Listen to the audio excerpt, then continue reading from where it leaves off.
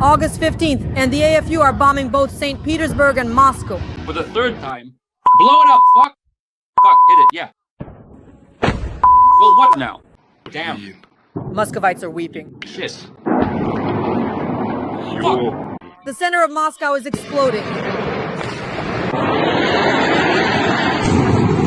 Right above us, there it goes. Collapse in Moscow and St. Petersburg. More than 600 drones are attacking Russian cities.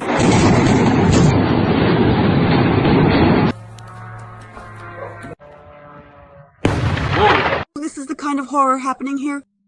It's been burning for 20 minutes already. I haven't seen a single fire truck, not a single person for evacuation or anything at all. This is terrible. And what if everything blows up here now? The Ukrainian armed forces are attacking Moscow, St. Petersburg, and strategic nuclear airfields. Another one has just hit. Oh my goodness, that's quite a shock. Yeah, it's all happening somewhere right nearby. Where is it flying? 60,000 Muscovites are stranded in airports. No electricity, no communication, no internet. Moscow, St. Petersburg, and 30 cities across Russia. For more than a day without pause, we have been attacking Moscow and the regions. Look at that smoke, damn.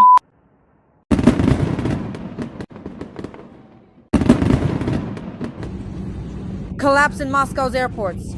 More than 200 flights have been cancelled. Muscovites are panicking, crying. There's no food. Cafes and ATMs are closing. A stampede has started. I've been trying to communicate normally for a whole day, making calls, get down. Will there be any flights at all or not in the end? It's not working out normally? To finish the conversation, and the airport isn't talking to me. Neither the airport nor the airlines. No one. It's not working out. Sheremetyevo and Pulkovo are paralyzed. There are IT system failures in Moscow airports. Hackers claim 7,000 Aeroflot servers have been destroyed. Breaking news, friends. And Russia is exploding. In the city, in the center of Moscow. Well, first of all, it's not the center, almost directly. At this very moment, airfields are burning and the runways are littered with the wreckage of Su-34s and Su-35s. Whoa, damn!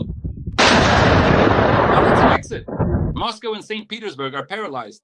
More than 200 flights are delayed. Crowds, chaos, shouting, panic in the airports. Moscow, St. Petersburg, the Moscow region, and the Leningrad region were subjected to a massive drone attack last night. In the airports of St. Petersburg and Moscow, there is a crush, panic, collapse, and chaos. More than 200 flights have been delayed. For about 6 times in a day, they haven't been able to take off. There are communication failures all over the country. Mobile internet is down. Because of the operation of Russian electronic warfare, drones are attacking Moscow and St. Petersburg. Trains are at a standstill. There you go. 12 missiles attacked the Kerch Bridge. And in the Leningrad region, there was a series of large explosions. A strike hit the engulfed nuclear airfield. The strategic aviation base was attacked. Ammunition depots with aerial bombs are exploding. This is the work of the SBU, the GUR, and the armed forces of Ukraine. Operation Spiderweb continues. And the most interesting part, the cherry on top, the attack on Russia's Pacific Fleet. A gas pipeline was blown up in Vladivostok. Units of the 155th Marine Brigade have been left without gas. The country is coming apart at the seams. The Kremlin is silent. The security forces are disoriented. We'll discuss all of this with top analyst Alexander Demchenko right now.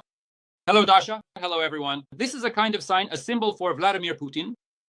It seems to me that soon all of Russia will sink. It's just unclear in what. Maybe even in blood. Maybe even in blood or at the hands of Vladimir Putin. Or simply, as they say, the belly button will come undone. And in the end, all of Russia will be flooded because of this criminal war.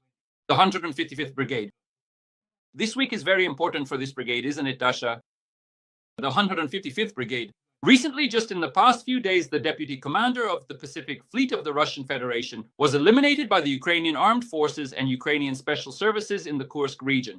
In addition, 11 other prominent members of the high command of the 155th Separate Motorized Rifle Brigade were also tragically killed after the Ukrainian armed forces successfully used their advanced HIMARS rocket artillery system. It is particularly noteworthy that this Mikhail Gudkov, who served as the deputy commander of the Pacific Fleet and also as the commander of the 155th Naval Infantry Brigade, sat for many, many long and arduous years, actively covering up the most terrible and egregious crimes that were systematically committed throughout the vast expanse of Russia for a very, very extended period of time. Primary. The 155th Brigade, which was killing people in Bucha, Hostomel, and Irpin, carrying out massacres here, has already been completely replaced 3 times because it has always been used by Putin as cannon fodder and continues to be used that way to this day. So in primary, for those who don't know, these guys, they're considered the most terrifying military unit in all of Russia. The hazing there, Dasha, the hazing is so severe, just so you understand. They behead conscripts there in primary. Guys aged 18 to 21. They cut off their heads, bury them in the forest, and beat them to death. All these thugs, and the whole country knows about it, all of Russia, all of Primorye, and no one does a damn thing. Not a damn thing. Are they afraid of Putin? The FSB, some damn unit, some damn 155th Brigade, stand up, the whole region stand up, just twist their heads off, beat them to death with shovels, that Mikhail Gudkov. Ukraine and the armed forces of Ukraine did the dirty work for them. Just like Israel has now done all the dirty work for Iran, but nevertheless, so for the 155th Brigade, it's a celebration. As for everything else, listen, I warned from the start that the Ukrainian campaign would only escalate, the campaign to undermine the current Russian offensive, the summer offensive. It has stalled. The Sumy region has stalled. The southeastern direction is gradually stalling as well. And we can actually see that what the armed forces of Ukraine, the SBU, the military, and other Ukrainian intelligence agencies are doing right now is a major success. This is extremely important. Right now, all opportunities are being undermined. I wouldn't be surprised if soon Russian Pacific Fleet ships are simply blown up, submarines are sunk, fighter jets and more bombers are destroyed. They struck the Sioux aircraft, they struck Engels. They're starting to hit. And do you know why, Dasha? Because if Trump stopped the weapons, now there are no agreements and no obligations. Previously, it was forbidden to strike Russian bases deep inside Russia with American weapons. Do you remember all those bans from Biden or Trump? But now there's nothing. Did you cancel them? Did you give Putin the green light? Well, then Ukraine also believes it's been given the green light. That means it's allowed to strike and strike everywhere. And there will be strikes on Moscow, on St. Petersburg, on Leningrad region, on Moscow region, on other regions, on Siberia, on Primorye, and so on down the line. For everything that's been done, and I'll say even more, Dasha, I know that in the next 10 days, Malyuk is preparing a terrible response for Kyiv. There will be a terrifying retaliation in Russia for Kyiv. Expect surprises. There will be a lot of them in the next 10 days. Yes, that's a brilliant start to our Sunday broadcast today. Friends, it's July 6th, Sunday. Please like this video. Let us know in the comments what you think about our duo, Sasha plus Dasha. We work twice a week, especially for you, so leave lots and lots of interesting comments and also tell us where you're watching from. Sasha, you know what else I was thinking? So yesterday when I was watching this footage while preparing for our broadcast, it started with Saturday evening and was about the huge crowds and chaos at the airports in Moscow and St. Petersburg. Everyone is shouting, they're screaming, someone is playing music. It reminded me of Titanic when before dying they decided to play music and dance. Then there was a nationwide communication outage. But essentially, our drones caused massive chaos at the airports in Russia's 2 largest cities, Moscow and St. Petersburg. So what's next? How did you see this? Next come terrorist attacks, Dasha. You mentioned Titanic, so now we need to play Lolita. Do you understand?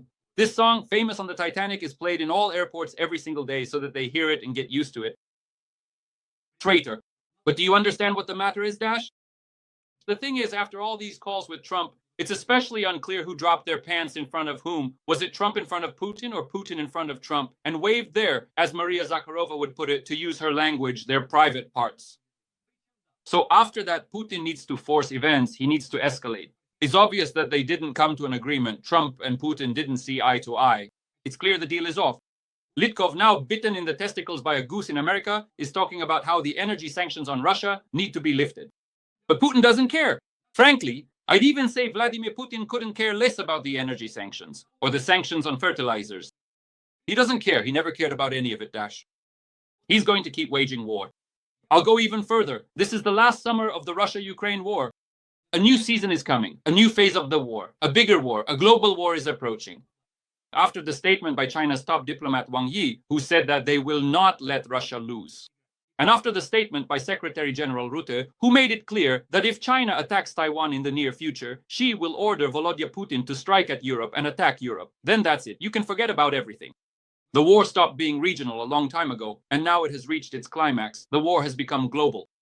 And next, since Vladimir Putin wants to escalate the situation, to scale it up, and is being pushed to do so by China, he will do the following. He will start carrying out the first bloody crackdowns in Russia. You can already see that the vice president of Transneft fell out of a window, accidentally jumped out, the 10th one already. I think he lived on the 11th floor, but he jumped from the 13th or 17th.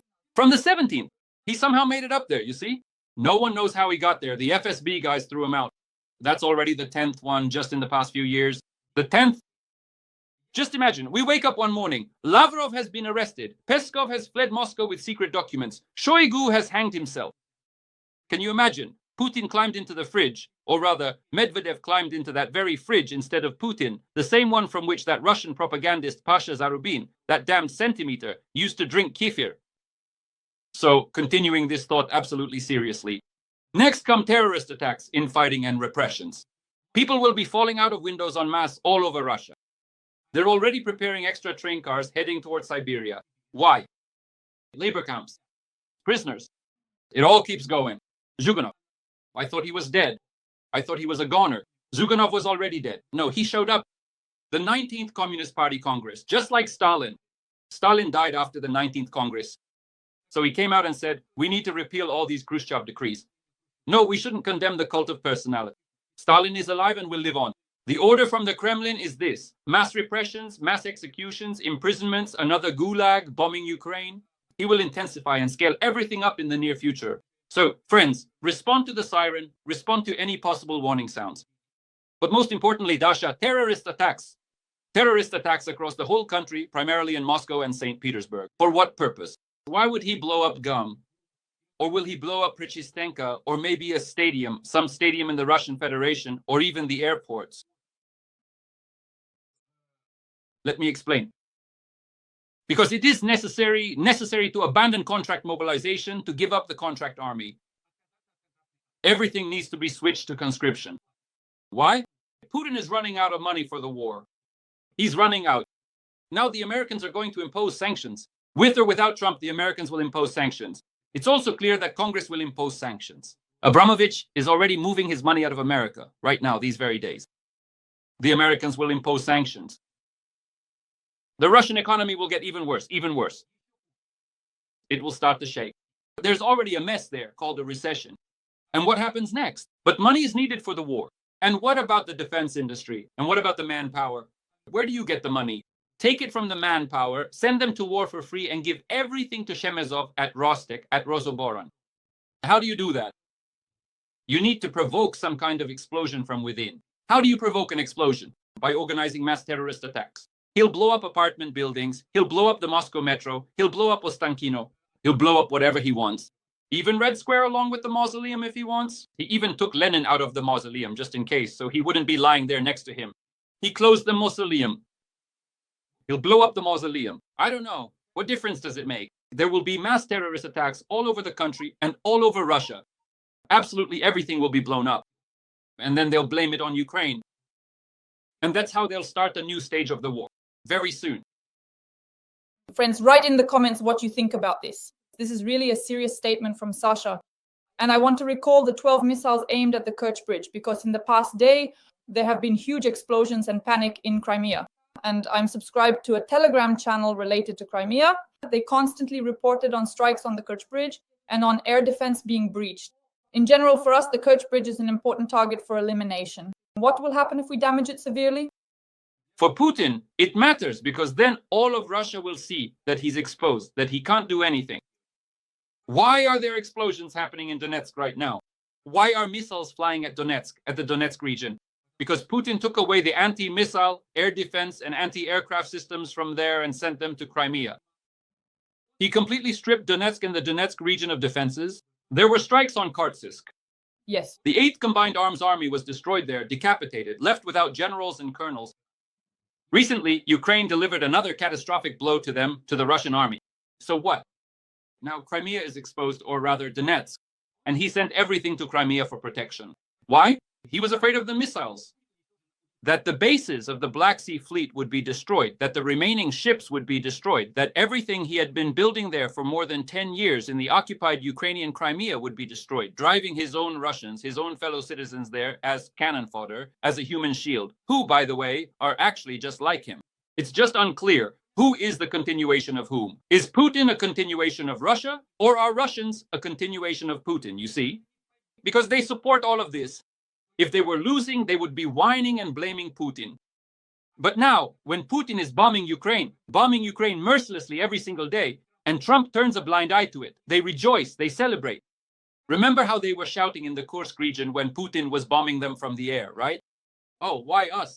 And now listen to how they're shouting in the Rostov region. Oh, what do we have to do with this? Why are we being targeted? We supported Prigozhin. We even gave him little gift bags with candies when he was marching on Moscow.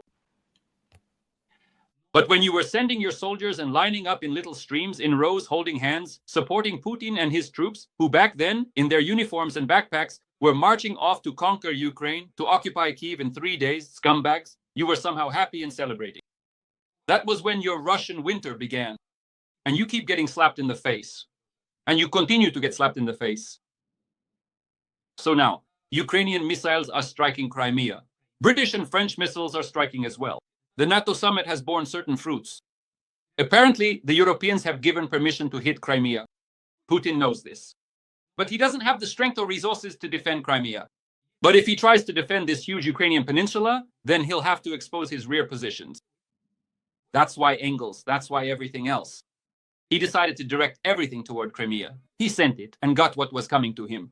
Ukraine is tracking this very well. Military intelligence, the SBU, other intelligence agencies, foreign intelligence, and so on. They're tracking it very well. So what is happening in terms of the redeployment of various types of weaponry? And they understand perfectly well where a strike can be delivered right now. In the near future, there will be catastrophic strikes. A catastrophic, deadly, fateful strike against Russia. Yes. Maliuk and Budanov will soon be sending their regards to the Russian dictator. Friends, we discussed that Borisogledsk has been blown up, a base with guided aerial bombs and Russian aircraft has been destroyed. In Isu, the heart of Russia's strategic aviation is being struck. So bomb depots have also been destroyed and Engels 2 has been attacked. There are crowds and chaos at Sheremetyevo. In the past 24 hours, the number of delayed flights across Russia, including Moscow and St. Petersburg, has exceeded 200. And of course, the widespread internet disruptions, those were all caused by the kind Ukrainian drones that Sobyanin is trying to catch with his bare hands. Sasha? Wait, Dasha. No. We have nothing to do with the internet here. We're not the ones shutting it down. It's those buddies, Sobyanin, Putin, the FSB guys, and all the rest. Why? Because it's necessary for Muscovites to know absolutely nothing so that the capital stays silent and asleep. They've set records. They've already, shut down the internet in key cities and regions of Russia about 100 times over the past year, if not more. Yeah. So they've just gotten used to it and are now turning it into a whole campaign. Why are they doing this? One day the internet will disappear in Russia. Russia will curl up into a ball, into a cocoon, and fall into a lethargic sleep. And even a flood won't help. Everyone will just sleep through the flood. A bloody flood called Putin. Putin. Yeah. He'll bomb everyone. Well, you did bring up the flood in St. Petersburg. I've made 2 videos on my YouTube channel. Friends, check them out. So this is the first time in 160 years that such an act of God has struck St. Petersburg. For the first time in 160 years, there's just a hurricane, a flood, and St. Petersburg is going underwater. Well, it's a delight. Let him open his beloved Pushkin and read The Bronze Horseman. In the end, everyone there lost their minds.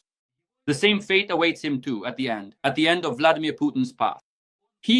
Dmitry Lvovich Bykov says that he will disappear. But I say he will first lose his mind and then disappear, right before our eyes. I hope that his daughter, who is working on prolonging his youth in life, will inject him with some drug that will make him disappear. They'll just mix something up because, as I understand it, I understand that Putin is actually growing organs for himself for future transplants. As far as I can tell, that's what he's doing at that Sogaz clinic. I don't know what organs he's harvesting. He's growing there. But Dasha, listen, maybe he needs some other organs, but listen. I think he has 2 candidates for that purpose. And he doesn't even have to take anything from himself. No genes at all. There's Shoigu, there's Medvedev. Just mummify them like that. Preserve them and take Shoigu's cheeks for yourself. Why pay money? Why pay money for that plastic surgery? Inject yourself with that Botox or whatever else he's injecting himself with. Here are Shoigu's cheeks, here's Medvedev's butt, and the hair, I don't know, maybe from General Gerasimov. And just take all that for yourself and put it together. What's the difference? And Razin, out in the provinces, doesn't even know what Vladimir Putin looks like anyway. A monster from Obla. You see? That's all there is to it. By the way, we actually haven't discussed the situation yet. We're talking about Azerbaijan and Russia right now.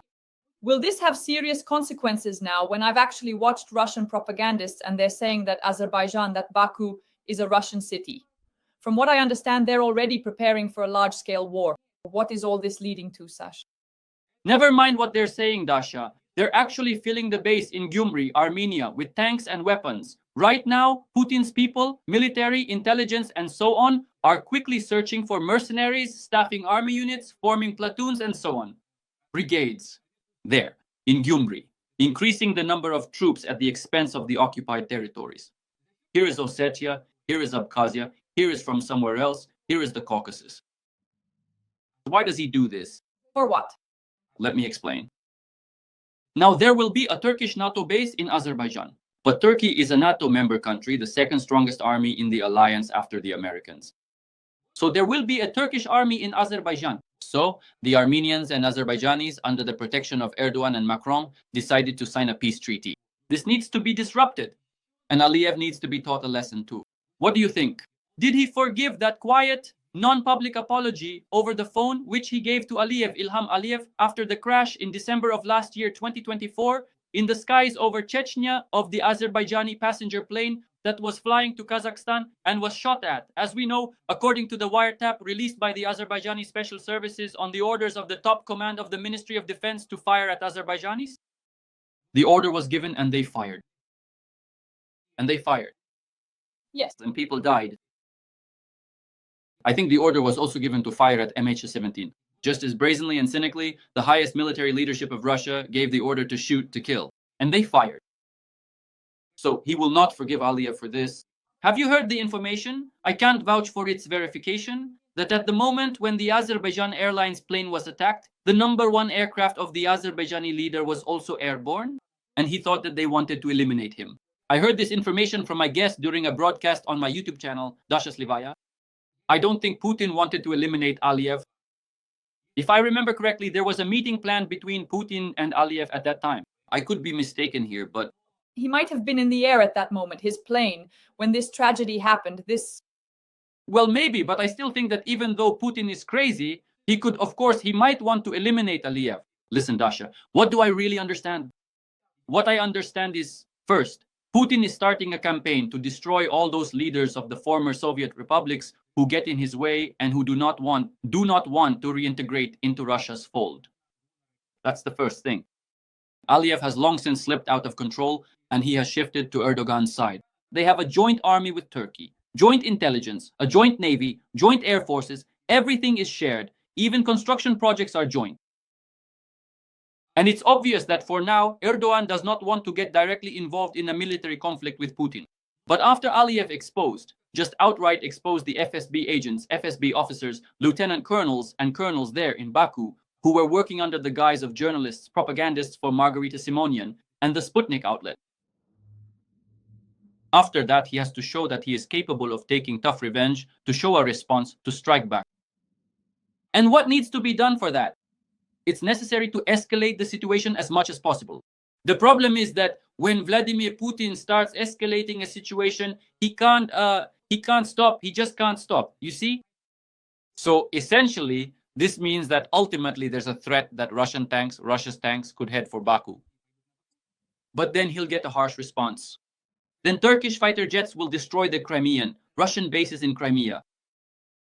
That will happen 100%. Putin doesn't have a second army.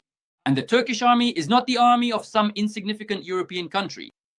It's an army that has seen plenty of combat in the Middle East and Africa. And it knows how to help, just as it helped Aliyev reclaim Nagorno-Karabakh. This is an army that has fought for decades and has enormous combat experience, with technologies that Putin couldn't even dream of. American technologies are the best technologies in the world. And I am more than certain that, by the way, the Azerbaijani army has Israeli technologies, which are among the best in the world. So if Putin starts something, as many expect a big struggle and a big war, Putin will lose this war here. That's very important. And, Sash, when we talk about the Pacific Fleet, about how we blew up the gas pipeline, I thought that most likely there are a huge number of SBU sleeper agents on Russian territory, because carrying out such special operations so far from the Ukrainian border, well, that's serious. The main primary sleeper agent, now I'll name him Dasha. Go on. The main SBU sleeper agent on Russian territory is Vladimir Rudolfovich Solovyov. Very soon, I'm sure, Maliuk will load him up with something Ukrainian, explosives, a drone, or something else. And at the next award ceremony with Putin, everything will go up in the air, along with the Kremlin and along with Putin. The main sleeper agent is Vladimir Solovyov. He's all about the money, all about the money. So honestly, buying him off is no big deal. He's been bought a long time ago, loaded up a long time ago, and has been ready for anything for a long time. You see, Vladimir Solovyov. Recently, he was even ready to defend Israel with a weapon. But then, of course, he forgot about that promise. But I think the main agent Ukraine has over there is, of course, Solovyov. I'm joking, obviously, friends. But you never know. Someone might actually think that Solovyov has long been recruited by Ukrainian SBU agents. Friends, that was some hard trolling, sarcasm. Ours is a sarcastic show, yes. Yes. So, Dasha, here's what I want to say. I want to say that really over there in Russia, there are a huge number of, like you said, sleepers, sleeper agents, and so on, partisans. And many American publications have written about this, and they were very surprised. American and British intelligence were very surprised because it turned out that Ukrainians had infiltrated much more deeply the entire Russian intelligence. All the security agencies, the Kremlin, and so on, are permeated with Ukrainian agents. Because as it turns out, over the decades, people made contacts and always worked in the interests of Ukraine, not Russia. And this is a big problem. What happened? The spiderweb operation was possible because there are these sleeper agents. What happened with the Pacific Fleet and what continues to happen is also because of these sleeper agents. Ukraine has thousands of sleepers in Russia. I'm afraid to imagine what would happen if they all woke up at once. And I think that there is a goal more and more often for all of them to wake up. I think such a goal will be set, yes. And then there will be a bada boom, right? That's how you usually say it. There will be a big beta boom all across Russia. By the way, dear viewers, people always ask why I use that word. Friends, if you're fans of quality cinema, there's a brilliant film, The Fifth Element by Luc Besson, where the main character, the fifth element, who saved the whole world, said this phrase, boom, bada boom. That's where it's from. Because everyone is curious about why it's said that way. Sasha, about the boom, bada booms. Here's something else I want to discuss with you. So we see that Donald Trump has, for the first time, said that he is dissatisfied with Putin. This kind of rhetoric is rather odd for him in general. Their honeymoon, their homoerotic relationship is being discussed all over the world. Does this mean that soon American deep penetration bombs will attack Putin's bunker, or not just yet? It means that Donald Trump will soon have to give Ukraine everything. Because there is no other option left here. But on his national holiday, on the day of the celebration, the 249th anniversary of America's founding, Putin recently said that he was the one who created America for Trump. Did you see that? The transcript of that idiotic statement that it was Russia that created America. That's what he said. So anyway. So the 249th anniversary, Putin pissed his pants, took them off in front of Trump, waved his privates around, and slapped Trump across the face with them. And he did it publicly. Because right after the phone call, which Trump was unhappy about, Putin carried out one of the largest strikes across all of Ukraine, including Kyiv. And he struck everywhere he could, even hitting the Polish consulate, just to show the Europeans that he didn't care about anyone. Not Trump, not the Europeans. And after that, of course, Trump has no idea what to do. He's unhappy with the conversation. But what did he expect? Did he think Putin would listen to him? No. Did he think Putin would turn his back on China? No, we all saw who is orchestrating the war and who is the main player in this war. He thought that Putin would back down and say, all right, lift the sanctions off me and I'll agree to everything. I'll sign any agreement, arrangement, memorandum, and so on with Ukraine and Zelensky. No. But as far as I understand, Russia has publicly stated that if America stops helping Ukraine and Western, primarily American arms, stop flowing into Ukraine, then that's it. They're ready to sit at the negotiating table. There will be peace. Where is this peace? Are Putin and Zelensky holding negotiations in Geneva tomorrow? Signing a peace treaty? Together with Trump? Without Trump? With whom? Nothing of the sort will happen. Vladimir Putin has no such plans. But does Trump want this or not? Right now, he's thinking about the Patriots. Now, everyone is blaming that poor, half-drunk, washed-up defense minister, the Fox News journalist, who for the third time has gotten himself into some very strange situations. So it's clear that Trump made this decision. But there is pressure. There is pressure from Americans, from the American elite, from the American media. There is pressure from American industrialists in the defense industry, pressure from American financiers, pressure from congressmen and senators. And Trump is not just in the minority, he's completely on his own. And on top of that, he's got Elon Musk, who's just as crazy as he is, right by his side, creating a new party and trying to snatch power from Trump. So what is he supposed to do? He urgently needs to become a benevolent hawk and help Ukraine. And very soon, we'll see all the missiles that will be sent to Ukraine. Yes, they wanted to organize this pause against Ukraine and the Europeans together. Yes, Trump plans to withdraw from Europe and Ukraine and hand over this entire vast territory of the European bloc, the European continent, to Putin. Why? Let me explain. Because everyone will be fighting in Europe, and Trump will be sponsoring everything. He'll be selling weapons to everyone, giving out money and trading with everyone. And he will be destroying Europe, whom he considers his main geopolitical competitor.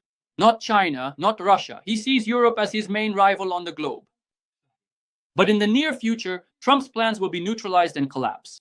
Of course, difficult times await us. Of course, the situation will be turbulent. Of course, everything we are witnessing now is very complicated. Putin will take advantage of, or rather, try to take advantage of this window of opportunity. But he has little time, he has no money, and he has big problems. And on top of all that, Dash, soon the hellish sanctions will be imposed. Whether Trump wants it or not, and Putin definitely won't get off easy. My God, this is just a wonderful ending. Friends, now Alexander Demchenko and I are coming out twice a week on Tuesdays and Sundays on my YouTube channel and on Wednesdays and Mondays on Dmitry Gordon's YouTube channel. So you're welcome. Join us. Write in the comments everything you think about this, about our tandem, about our duo, and everything you think about Sasha Demchenko's suggestions. Sasha, the final word is yours. Thank you. Say something to our audience to wrap up. Friends, hang in there. Everything will be all right. Putin won't take our hope away. Glory to Ukraine. See you next time. Bye. Glory to the heroes.